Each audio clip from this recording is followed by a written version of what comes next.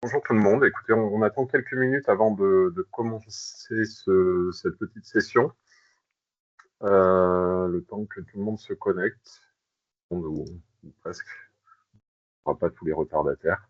Et puis, je pense qu'on en aura pour moins d'une heure. Normalement, c'est des fonctions NCMA qui sont assez simples, assez faciles d'accès, donc ça devrait aller vite et surtout, il ne faudra pas hésiter à poser des questions si nécessaire, si tout n'est pas clair. J'espère que tout le monde voit la fenêtre d'accès à MCMA pour deux ainsi participer.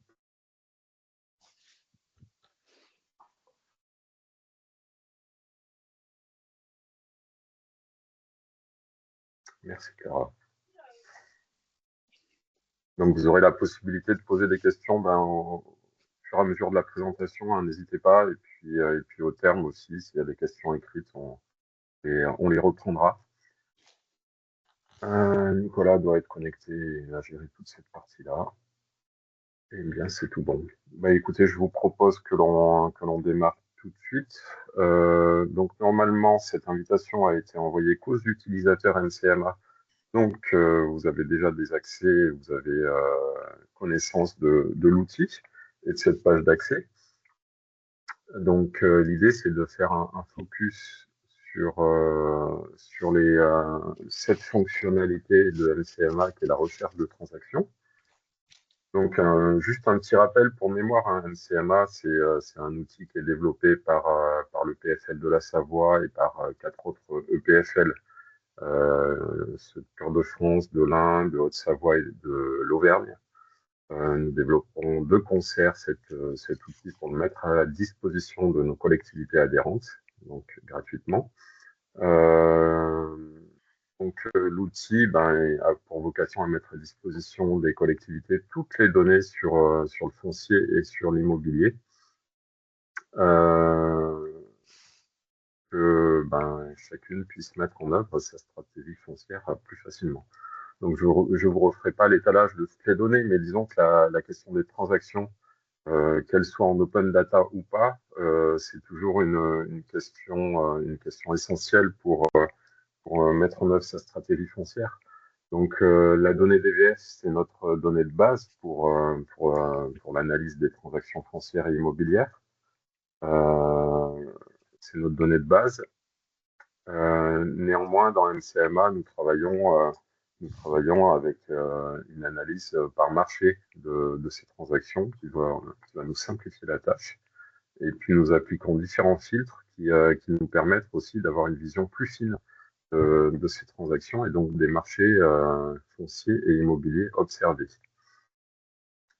Donc, aujourd'hui, donc je disais, on travaille avec les données DVF. Le volet transaction est ici, donc vous le voyez sur la droite de mon écran. Vous avez plusieurs fonctions qui interagissent avec la question des transactions. Dans mon espace, vous avez les parcelles favorites et les secteurs qui nous permettront d'interagir avec toutes les transactions observées. Et la recherche de gisements fonciers qui est ici et qui sera présentée dans le cadre d'autres webinaires vous permet également d'avoir une interaction avec le volet transactions. Transactions, c'est donc ici. C'est une entrée assez simple, hein. Donc aujourd'hui, vous voyez, on travaille en Savoie avec 10 ans et demi de transactions, donc de 2014 à juin 2025. Nicolas a mis à jour la base de données DVF tout récemment, en novembre. Nous avons pris en compte les dernières actions enregistrées par les services de l'État et qui nous sont remontées. Donc sur le premier semestre 2025. Donc le premier semestre n'est pas encore exhaustif, ça viendra plus tard, mais nous avons déjà des transactions en 2025. Donc l'idée de cette recherche de transactions, aujourd'hui nous sommes à Aix-les-Bains, c'est de pouvoir faire des recherches sur mesure en fonction de nos besoins sur différents marchés et sur différents territoires. Donc, en parlant de territoire, donc on peut faire des recherches sur le périmètre administratif. Donc, ça va être sur l'ensemble d'un EPCI. Donc, c'est selon vos possibilités, selon le droit que vous avez sur un CMA, ou alors ça peut être aussi sur l'intégralité d'une commune, en sélectionnant ici, par exemple, la commune d'Aix-les-Bains. Et je peux ensuite zoomer sur cette commune pour avoir une vision d'ensemble. C'est pas mon ambition aujourd'hui. Ce que je peux vous ajouter comme information, c'est que dans la prochaine évolution de l'outil MCMA, nous aurons la possibilité de faire une recherche de transactions au-delà de nos droits d'accès. Je m'explique. Si par exemple j'avais aujourd'hui des droits que pour la commune d'Aix-les-Bains, dans la version actuelle de MCMA, je ne pourrais pas avoir d'informations sur les transactions à Brison-Saint-Innocent, par exemple. Dans la prochaine version qui devrait arriver d'ici la fin de l'année, si tout se passe bien, nous pourrons avoir une vision sur un marché plus large, donc pour Aix-les-Bains et pour les communes voisines ou pour l'ensemble de la Savoie si nécessaire. L'idée, c'est de pouvoir avoir des éléments de comparaison sur des secteurs proches, similaires, ou pour des communes plus rurales, où là, le marché est moins dynamique et donc on a besoin de références plus larges. Donc, on peut faire ces recherches en fonction du périmètre administratif, donc commune, EPCI, plusieurs EPCI ou plusieurs communes.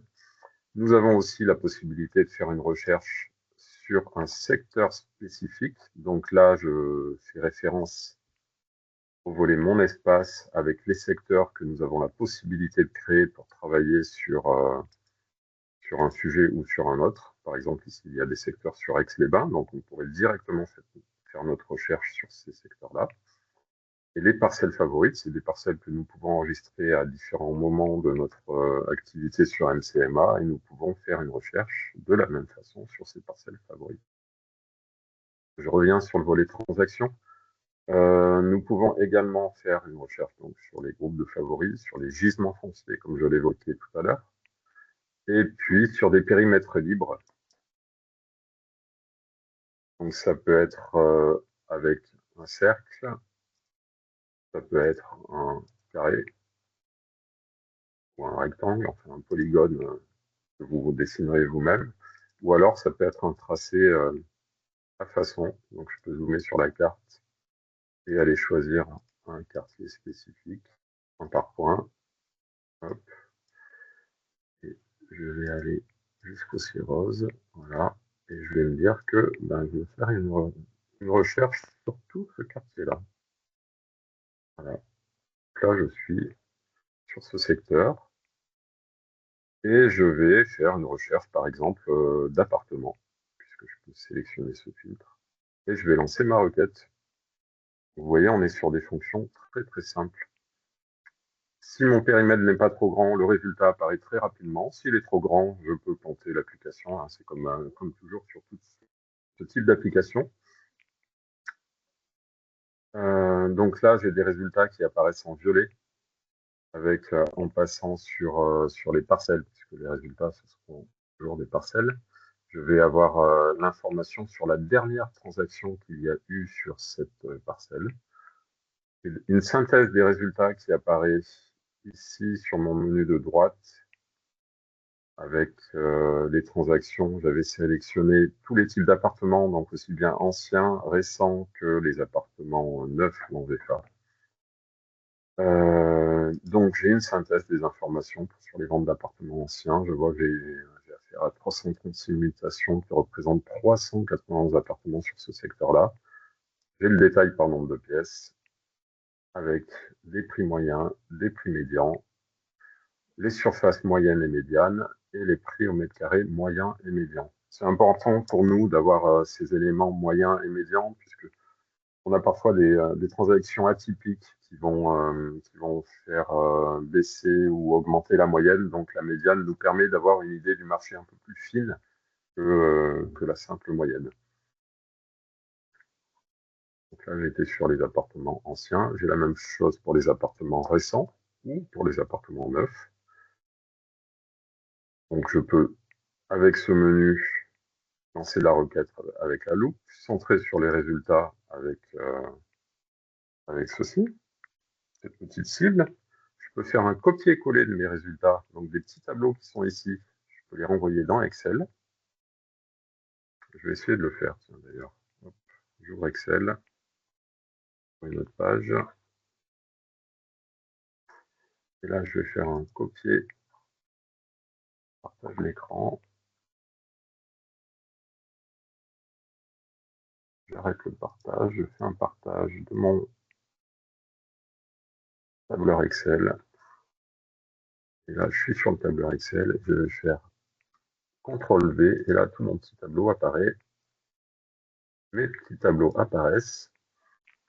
J'ai toutes ces synthèses d'informations.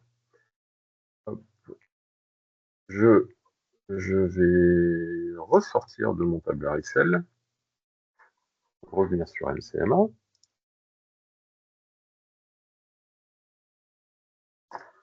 Hop, voilà, je suis de nouveau sur ma page. Et là, ici, je vois que je peux faire un export CSV de mes résultats de requête.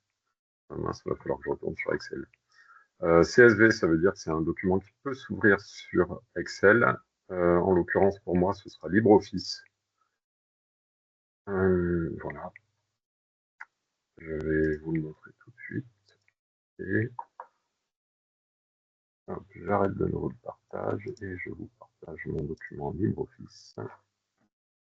Voilà, mais j'avais combien de transactions déjà 300 et quelques transactions de mémoire.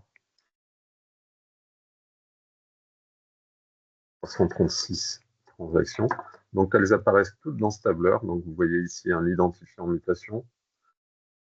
Les parcelles concernées, donc ici on a une parcelle, mais ici on a deux parcelles, elles sont séparées par une virgule. Donc ça nous permettre de réexploiter cette information dans un SIG. On a l'adresse qui apparaît qui a été saisie par les notaires et qui apparaît dans la transaction. Ici, toutes les adresses. Je peux faire un tri par adresse si nécessaire. On a la superficie du terrain, du bâtiment, la nature de la mutation, puisqu'on a aussi bien de la vente que de la VFA, du terrain à bâtir. Et puis ensuite, on a tout un tas d'informations qui étaient saisies dans la transaction, comme le nombre de maisons, le nombre d'appartements, le nombre de dépendances, le nombre de locaux d'activité, le montant de la vente en euros, la date précise de la vente, et encore beaucoup d'informations détaillées sur le nombre d'appartements, une pièce, deux pièces, trois pièces, quatre pièces, etc. Le nombre de maisons de la même façon. Les superficies constatées de maisons et d'appartements, les surfaces de locaux et de maisons, etc. Le tout extrêmement détaillé. Et ensuite, quelques informations loi Carrez, qui ne correspondent pas toujours aux informations précédentes. Donc, on a tout le détail des transactions qui étaient enregistrées dans DVF, plus un certain nombre de compléments, comme l'année de construction minimale ou maximale constatée sur la parcelle. Et puis ici, un prix moyen au mètre carré. Et ici, la colonne WKT géométrie, qui peut vous permettre de renvoyer les informations, tous les polygones en fait de cette recherche de transaction vers un SIG comme QGIS ou comme autre QGIS. Je ressors de ce petit tableur Excel, revenir dans MCMA. Là. Donc je suis toujours à Aix-les-Bains sur le même périmètre. Je constate que j'ai toujours mes petits tableaux, ma possibilité de faire un export CSV. Ces résultats, je peux aussi les exploiter dans mon espace en créant un groupe de favoris. Donc, je suis revenu dans l'onglet Mon espace, mes parcelles favorites, et là, je vais créer un groupe de favoris à partir de la recherche de transactions courantes. Donc, j'ai 132 parcelles qui étaient l'objet de ces 326 mutations. Donc, en cliquant ici, je peux créer ce groupe de favoris, transaction du 4 décembre à 11h16. Ce qui est intéressant pour moi, c'est qu'en fait, cette recherche de transactions sur ce périmètre spécifique, Aix-les-Bains, ici, voilà, j'ai sélectionné mon test du jour. Elles apparaissent toutes en vert dans mes parcelles favorites. Je peux avoir le détail ici. Et ce qui est intéressant, c'est qu'ensuite, je peux entrer dans le détail de chacune des informations sur chaque parcelle pour aller voir si cette transaction correspond bien à ma problématique. Si je suis en train de faire une évaluation d'un bien, je peux voir quelle est la nature du bien. Je peux entrer un peu plus dans le détail, en fait, pour voir dans quelle mesure je suis sur le marché recherché. Ici, j'ai mes parcelles favorites. J'ai ouvert la parcelle dans laquelle je retrouve les informations de transaction. Et je peux revenir ici sur mon onglet Transactions. Est-ce qu'à ce stade, vous avez des questions sur cette petite recherche d'action? N'hésitez pas si c'est le cas. J'annule ma recherche de transaction avec cette petite poubelle qui est ici. Voilà, je suis toujours à Aix-les-Bains. Donc, j'avais fait une recherche sur un périmètre libre d'appartements. Donc, vous comprendrez que je peux faire la même chose sur les recherches de vente de maisons.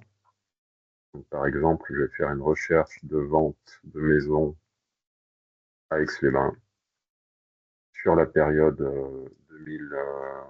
2023-2025. Je lance ma requête avec la petite loupe. Et ici, j'ai un résultat qui est plus étendu sur toute la commune d'Aix-les-Bains. Et j'observe dans mes résultats 173 mutations, donc 180 maisons concernées, puisqu'une vente peut une vente peut comprendre la vente de plusieurs maisons, avec des surfaces moyennes de 103 ou 97, 103 mètres carrés ou 97 pour la médiane, les plus moyens à 509 000 euros ou 437 000 euros pour la médiane. Donc ça, c'était sur les ventes constatées au cours des 2023, 2024 et 6 mois de 2025. J'ai le détail pour les ventes de maisons récentes. D'ailleurs, je peux faire ma recherche uniquement sur les ventes de maisons récentes. Et comme ça, je vois où se situent ces transactions sur des ventes de maisons de moins de 5 ans, puisqu'on est sur la notion de maison récente au sens des services fiscaux, donc qui bénéficient de frais de notaire réduits lors de la transaction.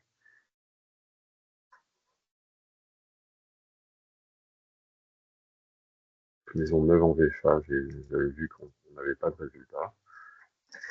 Ensuite, la catégorie autre, le filtre autre. On retrouve différents biens.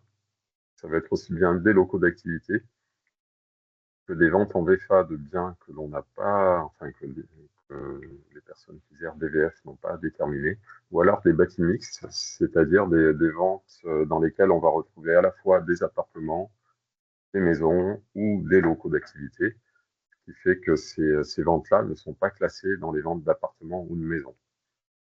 On a observé précédemment. Je reviens sur la période 2014-2025 pour faire ma recherche de transactions. Et là, je constate des résultats sur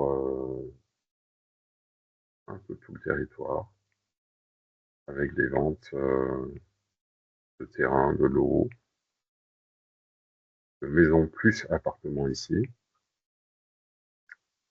de locaux d'activité plus terrain.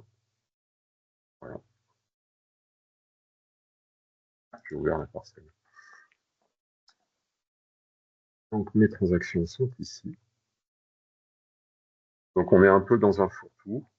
Et sur les ventes de locaux, si je fais que la recherche sur les ventes de locaux, je vois que j'en ai sur territoire, mais on a affaire à des biens vraiment très différents en termes de locaux d'activité. Donc là, c'est très intéressant de pouvoir faire la distinction entre un commerce de rez-de-chaussée, un bâtiment métallique en zone d'activité ou un bâtiment en dur plus ancien ou pourrait se transformer en friche. Donc, l'idée ici, c'est vraiment d'aller affiner notre recherche, donc en passant par les parcelles favorites ou en faisant un export CSV pour détailler l'information sur ces locaux d'activité. Je vais rester sur la commune d'Aix-les-Bains. J'enlève mon résultat de recherche et je passe sur les ventes. On était sur le marché immobilier. Je passe sur les ventes de terrain ou de terrain à bâtir. Donc, je fais une recherche simple. Je remets Aix-les-Bains dans mes critères de recherche. J'aurais pu faire ma recherche sur un groupe de favoris. Donc, je lance ma recherche. Je vois qu'on a des ventes sur cette longue période sur toute la commune. Ce qui est intéressant, c'est que j'ai des ventes qui sont très anciennes. Ce que je vais constater, c'est qu'ici, par exemple, j'ai des ventes de terrain, mais j'ai aujourd'hui des maisons sur ces terrains-là. Ça veut dire que c'est des terrains sur lesquels on a eu une construction entre le moment de la vente 2023 et aujourd'hui, on retrouve une maison. Donc, je peux faire la même démarche que précédemment, avec mes parcelles favorites, avec mes exports CSV, mais je peux aussi ajouter un filtre en fonction du zonage du document d'urbanisme.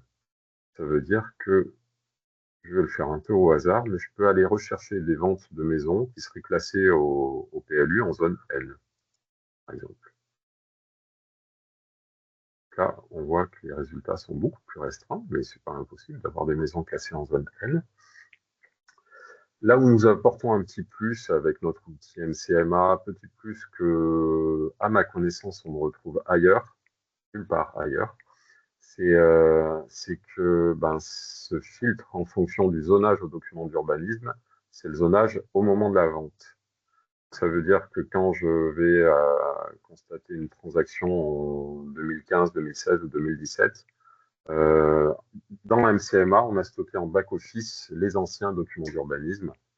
Et donc, on va aller croiser la date de la vente en fonction du document d'urbanisme en vigueur à ce moment-là et du zonage sur lequel se trouvait la parcelle à ce moment-là sur le document d'urbanisme. Donc, du coup, on a des résultats plus restreints quand on va appliquer ce filtre-là, hein, puisque si on n'a pas toutes les informations des anciens PLU, les résultats ne remonteront pas.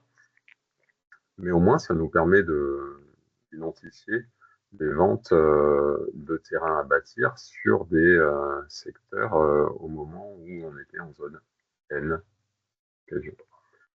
Puisqu'on a du N, H, naturel constructible. Je peux faire la même chose avec du AU sur l'ensemble des terrains.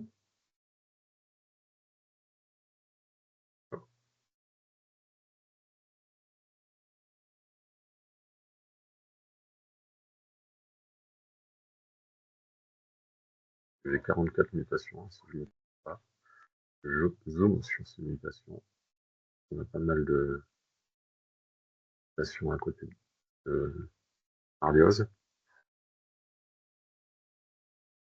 Donc ce filtre-là est sincèrement très intéressant à manier avec précaution puisqu'on a le risque de ne voir aucun résultat si jamais on n'a pas en stock les anciens documents d'urbanisme. Ensuite, vous voyez que sur les filtres, sur les marchés fonciers, nous avons différentes possibilités de recherche. Je n'utilise pas toujours, mais nous avons la possibilité de faire une recherche de terrain nu pour des activités économiques. Ça veut dire que c'est des terrains qui vont être situés en zone UE aujourd'hui. Donc, on rejoint un peu le filtre précédent des documents d'urbanisme, si ce n'est que c'est en fonction du zonage actuel. Si je faisais un filtre U activité, je me retrouverais avec un filtre. Donc là, je suis toujours à Aix-les-Bains, je fais une recherche de transaction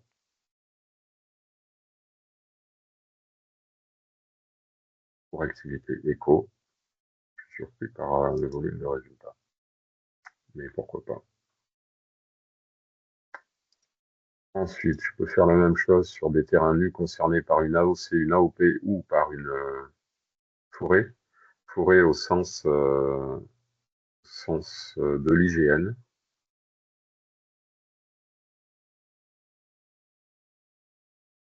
Alors là, j'ai un bug. Ah non, pardon, j'ai gardé cette case-là cochée. Voilà. Donc là, on est sur des parcelles qui sont concernées par une forêt. Donc vous voyez, par exemple, ici, cette parcelle-là, on est dans la zone verte, qui correspond à la zone de forêt identifiée par l'IGN. Donc c'est pour ça qu'elle ressort dans cette recherche. Idem pour celle-là ou pour celle-là. Et pour celle-ci, on est vraiment sur une parcelle qui va être très légèrement concernée par une forêt. Donc, il suffit de quelques mètres carrés concernés par une forêt pour apparaître dans ce genre de résultat. Idem pour les zonages AOC ou AOP, hein. D'accord. Et là, il s'agit des zonages viticoles. Donc, on va faire une recherche sur les terrains à vocation habitat. Tiens, ces résultats. Donc, de mémoire, c'est parce qu'on est sur des terrains qui sont concernés par des termes qui ont été à un instant donné. Et puis ensuite, on a cette recherche sur l'ensemble des terrains à bâtir. On l'a vu jusqu'à maintenant. Voilà. Écoutez, je pense avoir fait le tour de ces éléments de recherche, de transaction, avec les possibilités d'export, des tableaux de synthèse, des CSV, d'un export vers les favoris au sein de MCMA. Donc, écoutez, je suis à l'écoute de vos questions. Nicolas, normalement, tu dois pouvoir échanger avec moi pour me faire remonter les informations. Oui, mais j'ai pas de questions. Pas de questions, c'est parfait. Ça veut dire que j'ai été totalement clair. Tout le monde a très bien compris. Chacun pourra identifier facilement l'ensemble de ces marchés fonciers et immobiliers. Est-ce que quelqu'un a spontanément envie de réagir?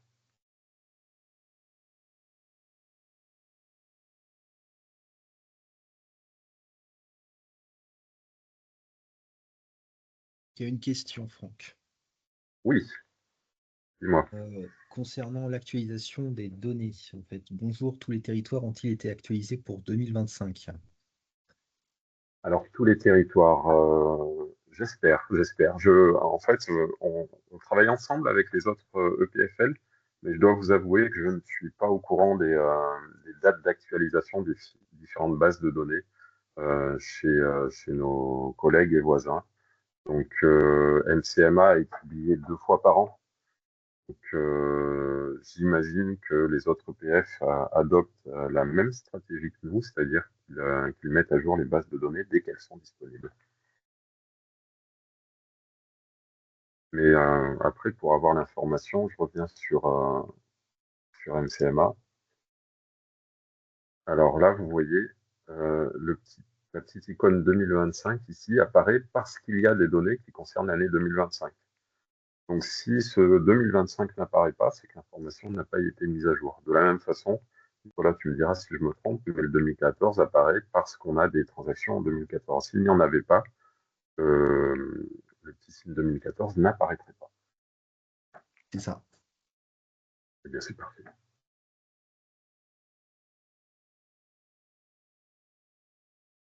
Voilà, voilà. Donc, écoutez, s'il n'y a pas d'autres questions, je vous propose que l'on en reste là.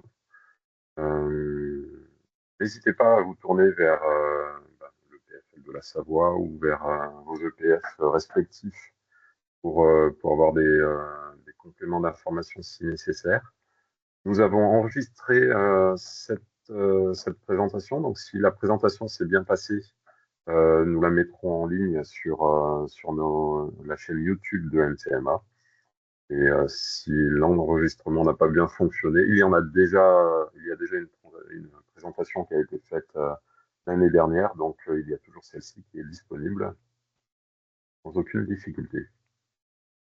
Donc je vous invite à faire vos recherches de transactions, à ne pas hésiter à exploiter ces et cette possibilité de parcelles favorites qui vous permettent d'affiner vos analyses et vos comparaisons de marché. Et merci à tous et à bientôt.